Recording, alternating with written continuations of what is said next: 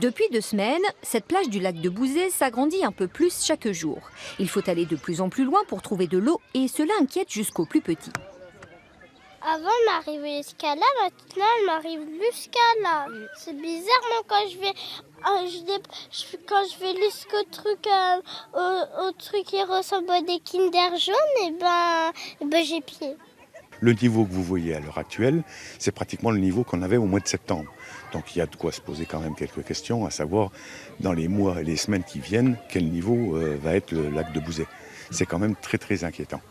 Le souci, c'est que le lac est alimenté surtout par la Moselle. Or, le préfet a ordonné l'arrêt des prélèvements.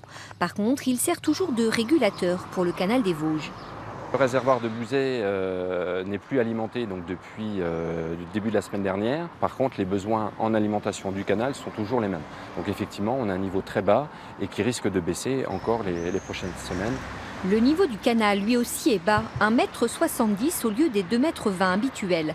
Cela suffit juste pour permettre la circulation des péniches, mais pas pour maintenir le port d'Épinal, qui est fermé depuis vendredi dernier.